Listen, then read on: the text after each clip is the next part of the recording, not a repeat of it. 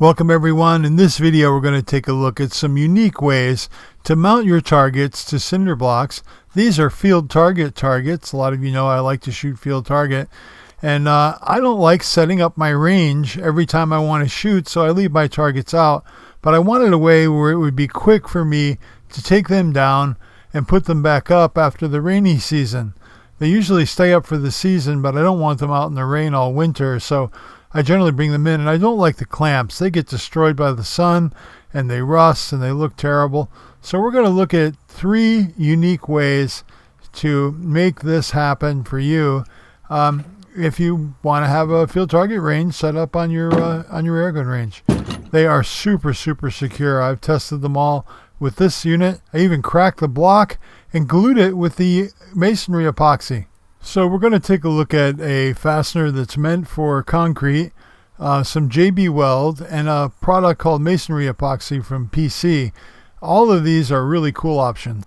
One of the first things we need to do is get the hole pattern established in the concrete block or cinder block.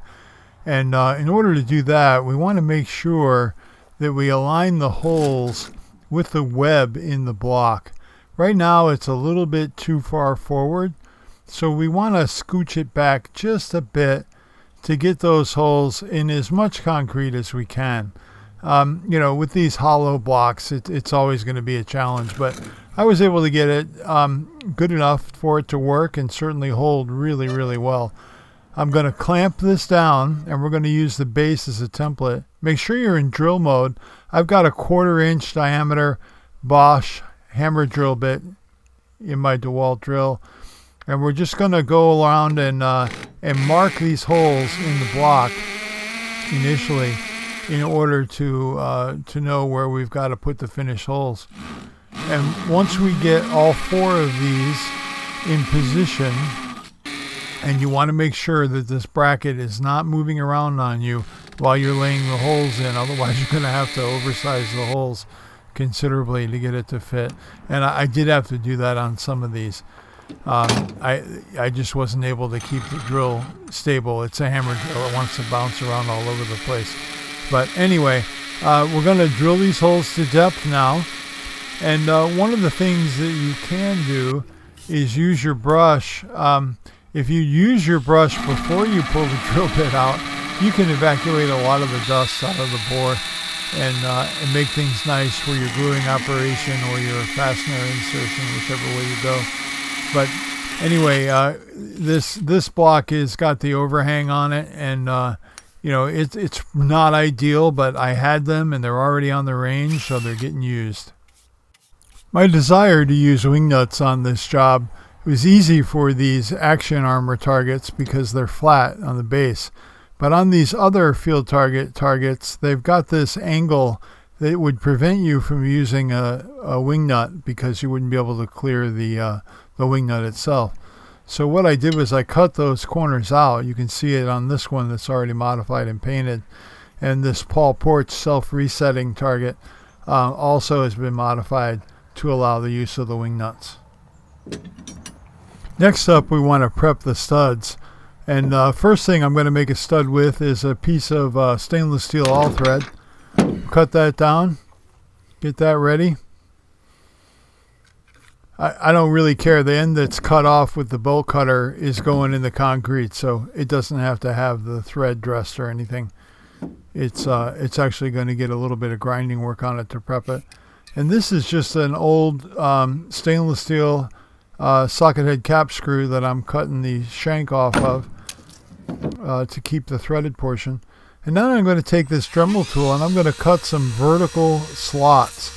So the all thread already has the thread itself, but I also wanted some features to prevent the fastener from turning in the epoxy as well.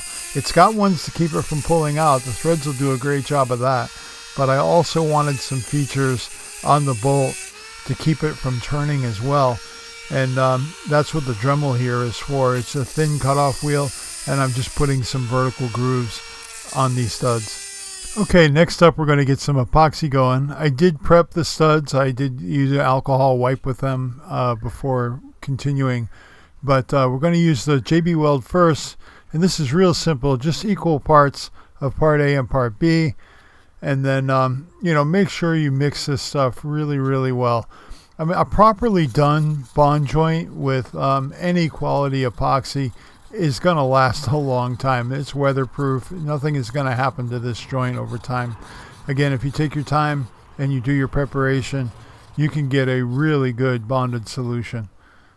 Next, we're going to get some of the adhesive down in the hole. And notice that not only am I putting it down in the hole, I'm also pushing it up against the sidewalls of the hole. So I'm wetting that joint. I'm getting the whole of the hole, if you will, wet with epoxy. And then I'm going to apply it to the stud as well and get it all the way down in those threads so there's no voids, there's no gaps, so that when I smush this down in there, there's really no air bubbles because it's all epoxy going in there. I'm going to back up the bottom of the hole because this is the through hole side. But yeah, just get it down in there and turn it a few times. Now I'm going to put the washer on and the nut only because I want to push down on this to make sure that it's registered correctly and straight up and down. Next up, we're going to use the PC Products Masonry Epoxy. And this is a very similar product, but it has a very different cure time. This has a 15-minute working time and a 4-hour cure, whereas the JB Weld is like a 24-hour cure and probably at least 30-40 minutes of working time. But you want to mix this stuff up really well. The other thing you want to do is make sure you're using this stuff when it's warm out, because this product, the PC Products Masonry Epoxy, is really viscous and it gets worse as it gets colder. So I wouldn't want to use this stuff for a small project like this if it was really cold, because it would be challenging to get that product down in the hole successfully and get that hole wetted. Do make sure that you take your time here and you do get that, use your tool to get that hole good and wet with epoxy and really work it in there. It's going to help that bond tremendously. And then we're going to put it right on the stud again. And I do make the same mistake again. I go to put this threaded insert in with the washer and the nut on already, and you don't want to do that. So I've got to edit that part out and remove the wing nut and the washer again. But anyway, just get it down in there and then give it a couple of turns to make sure it's kind of smushed in there good. Get it the height you want. And then I'm going to take and wipe off any excess that is above the hole with my application stick. A little bit easier with this PC Products product. But anyway, we're going to use the nut and the washer again as a way to get really good registration so that the fastener is perpendicular to the block. Next up, we're going to put the wedge fasteners in. And these are pretty straightforward. Just put them in the hole and whack them with a hammer a little bit. Get them to the height you want. And then you're going to use a wrench to tighten the nut and pull that wedge up into the concrete or cinder block. Now, these are much, much faster. And you don't have to wait for the glue to cure. But, hey, if you don't have that, you got some threaded rod or some bolts hanging around, and you don't want to buy these, the adhesive is a perfectly acceptable alternative. So we've got one stud with JB Weld, one stud with the PC Masonry Epoxy, and then we've got these fasteners in the back that are the wedge locks from Amazon. And now we wait for the epoxy to cure.